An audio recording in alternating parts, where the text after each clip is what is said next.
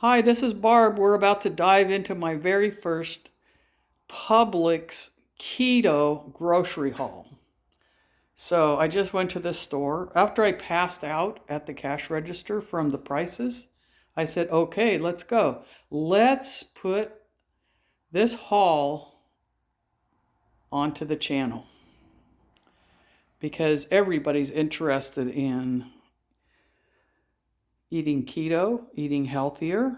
This diet is good for so many different things, including brain disease, Alzheimer's, dementia, basically just all ages. Some people lose weight. It actually just causes you to go to a desirable weight automatically. So if you buy a bunch of sugar and cookies and junk like that and put them in your house, you're going to eat those things. So try this haul sometime. You'll really be amazed. After about a day or so, you go into ketosis and you actually start losing water weight from your body. And then it gets better from there. Then the fat starts dissolving and you become a fat burner instead of a sugar burner because there won't be any sugar to burn. So what I've done here is done like an Easter egg hunt. There are one, possibly two items here that are really not advisable for keto. Now, you would say, oh, I could see that I, as a new person, see only one thing here that is a keto item. And you would be completely wrong. But anyhow, here we go. Some of the things I know from the label, the macros, and we'll get into that just here in a second, and other things I don't. So you'll see question mark, because Publix did not have to put the nutritional label on that one. But as you can see, it's mostly lettuce, tomatoes, a few green olives, and some onions. All of those things would be totally keto compliant unless you ate like 12 of those tomatoes. Then you might start climbing up there in your carb balance. So the main theme in the fast and dirty way of shopping keto is to basically glance at the label as you're shopping and look straight at the carb nutritional amount of grams. Rule of thumb, if it has less than 5 total, 5 net carbs. Net being, if you want, and you want to kind of be a little bit more relaxed with this, you could subtract the number of fiber grams and say, okay, those are my net carbs. But if you want to be very strict, go straight to the total carbs and try to keep your serving size to less than 5 total carbs, because for the whole day you want to try to stay under 20. Of course, that's a lot of people debating that all day long, every day. My number is 20, but I don't always achieve that. If you go to 30, nothing bad will happen. It'll just be a little harder and take a little longer to get into ketosis. So here we go. The first thing I want to point out is they see these snacks, and most of these things actually end up being called snacks. You see these mozzarella sticks. Keep them in your fridge, eat them all day long. They're keto. Now, the difference between this mozzarella stick and a lot of the other ones is that it is full fat, whole milk, and you're going to want to go against your better sensible judgment and try to buy everything low fat if you think you're going on a low fat weight loss diet, but this is not true. So for this package of this whole fat mozzarella, you have 7 grams of fat, 0 carbs, and 7 grams of protein. Your protein is important, but The one thing that you really want to eat a lot of to counteract if you do go over on your carbs is fat. I know it doesn't even make any sense, but fat is your friend. Butter makes your pants fall off, according to one guy on the internet. So for instance, this is probably the most processed item that I have here. It just sounded really good, and I know feta cheese fits the parameters. And again, I'll tell you in a minute about what I'm calling parameters and macros.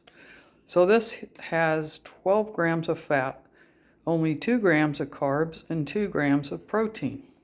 It's a little light on the protein, but the more fat that you have, the better off you are. You're not counting calories, you are counting fat. So, you can literally put that in your fridge and eat, I'm going to almost say, as much as you want. However, it's so rich, you're not going to eat very much of it. So just tell yourself, I can eat all of this that I want.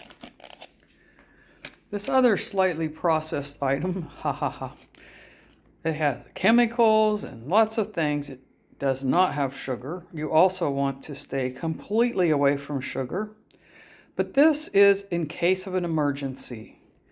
You're sitting around after dinner, you're watching TV, and you say, I need some ice cream, I need some cake and cookies, I just can't handle it. After about 2 weeks, you'll actually not even crave sugar. But in the beginning, you may. So this is your remedy. Some Jell-O with no sugar in it. 0 carbs. On to the veggies. There's no fruit here because most fruit doesn't even fit in the macros. Let me pause here for a second and talk about macros. Basically, it is part of the nutritional setup of your meals, your meal plan, your food, everything about your food. So in keto, they kind of divide it into the 3 things: fat, carbs, and protein. You do not want to go low protein. If you went low protein and low carbs, what you're going to end up with is 100% fat. Now that would not be good. And in another video, we'll talk about good fats and bad fats. That's kind of one of my weaknesses. I'm not really that well versed on it. I just say fat, fat, fat. Eat it. So here you see these meats. I kind of gave myself away here because I was going to ask if anybody knew what the highest protein per serving food was on this table. But there you have it. It would be meat. No chemicals, no additives to speak of. You see there the bottom number, that's the protein. No carbs, some fat. So if you just ate that, and by the end of the day you wanted to eat basically about 50 or 60% fat, you would be deficient. You'd have all your protein for the day, but not enough fat. So you would eat something called a fat bomb. I don't have any here. They're made at home. There's many recipes. You can Google it. But that actually helps you to balance out at the end of the day, saying I need just a little bit more fat, but nothing else, and that would be a fat bomb. This is a processed meat. I purchased it. First of all, it does meet the keto parameters. However, it has 15 fat, 1 carb, and 11 protein.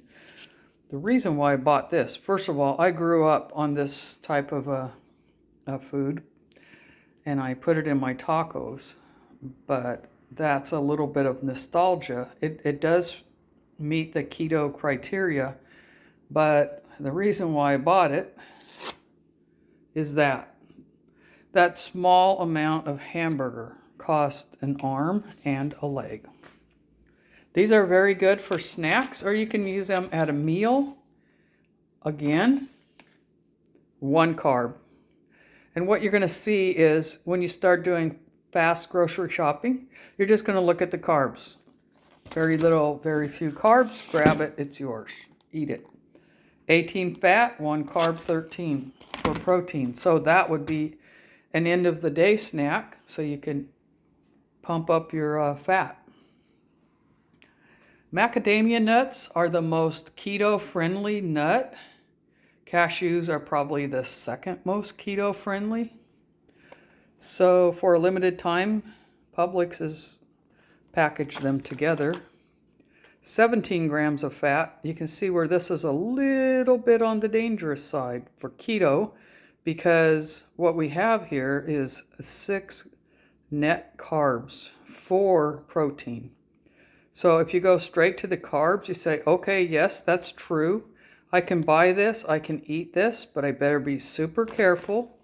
And what I do, which is kind of silly, I'll get a little tiny little bowl, and I will put them, let's see, 1 serving, 1/4 cup.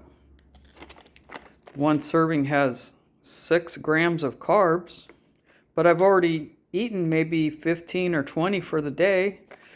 I'm not even going to eat a 1/4 cup of that. I might just put half of that or less, and then just say that's all you get for your snack. You could have that with it. That's basically 0, 0, 0. So heavy whipping cream is recommended to be putting in your coffee, not all those powders, poisons, and chemicals that some people put in their coffee. So there you see there's 0 carbs. There's no protein in that, which I was kind of surprised to see that today, and 5 grams of fat.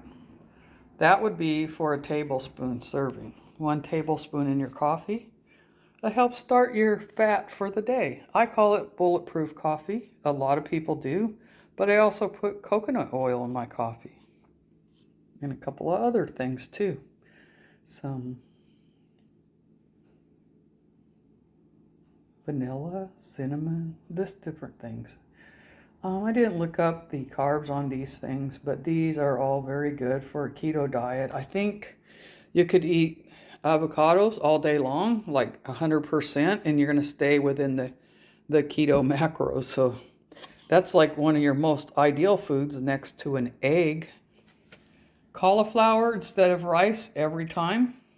Buy it fresh. You're going to save like 80% of what it costs to buy it in a frozen, and the frozen tastes like old ice. Green beans are okay for keto. This one happens to tell you that is no fat, 2 grams of protein, and 4 grams of carbs.